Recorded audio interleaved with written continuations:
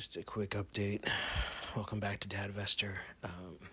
Update from yesterday, which was 24th, as you saw.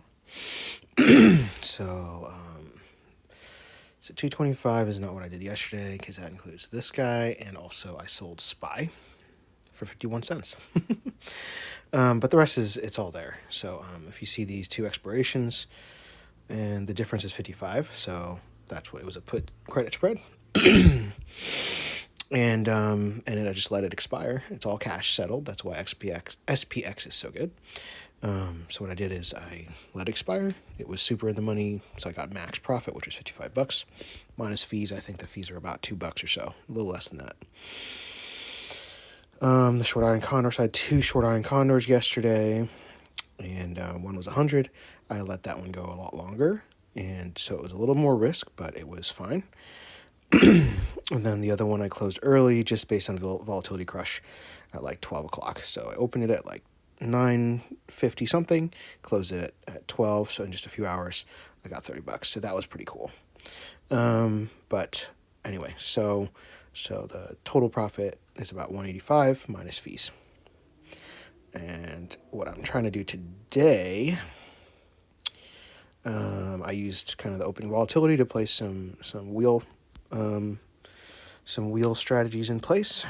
This is from yesterday, and it's already profitable because I sold it for, it's red because that's for today, but I average credit $1, so I sold it for 100, so it's still total return plus 15. Just opened it yesterday, and I'm pretty happy about that. And I'm selling all these calls on my shares to kind of try to capture some of the losses because of the NAV erosion on Coney, but I'm just going to hold it. It's going to produce income every month, and I'm going to use options on it to hopefully produce even more and slowly wheel out of it. I'll probably hold like 100 to 200 shares and just wheel it. If it stays this cheap, if it goes up, I'll just hold it forever and cash out on it on the dividends. I added this guy. Not the best position in the world. I had to kind of sacrifice because I couldn't get filled. Not a lot of liquidity, so maybe not a good deal. But in terms of wheel stocks, I'm going to be making over $100 for a $4 stock, right? So a ton of volatility. It's kind of sketchy, a lot of NAV erosion, but I kind of like it. If I lose on it, I'll end up owning 100 shares of a monthly dividend stock. So it's another yield max one, and so I think honestly I like the yield max because as wheel stocks, because if you lose, you end up getting paid 5% every 30 days. But I don't like that expense ratio because it's really like 375 or something, 374%, 3.74% if you subtract the expense ratio. You know what? Actually, I think the expense ratio is a yearly,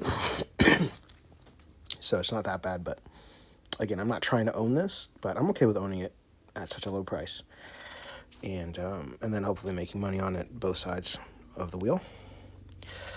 So yeah, I'm back on the wheel.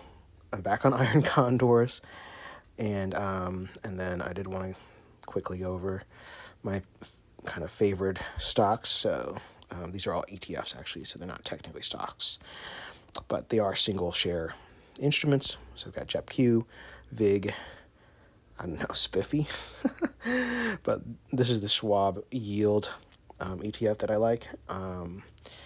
It's simple, stable. It's sort of like the stable thing. I'm just going to put more and more money into these as I generate it because of the wheel and options, as well as dividends, higher yield stocks. So basically the money I'm making off of the yield max, things I own, are going to go into these longer term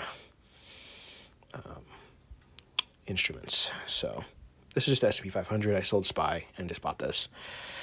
I don't have much in it. I'm going to slowly stock it, dollar cost average. I probably should buy more now. I just don't have that much money. It's just such a good buying opportunity. So anyway, buy it when it's low, dollar cost average every day. And then I'm using the wheel as well as this Volatility Crush.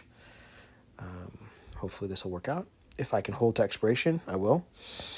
If the price really just sits in the center of the range. Let's see where it is now. Yeah, so like if it drops a little bit and stays in like the 50s and 60s, maybe it pops up, maybe it pops down. If it just ranges, I'll probably hold on to it. But otherwise, let's see, I got it for 115, so I think I'll put in order to close it. This is how you do kind of like a, so I'll order to close it at about like 0.6, so almost 50%. It's like 45% or something. I think that's right. Yeah, so I'll get about $55 out of that, which is fantastic.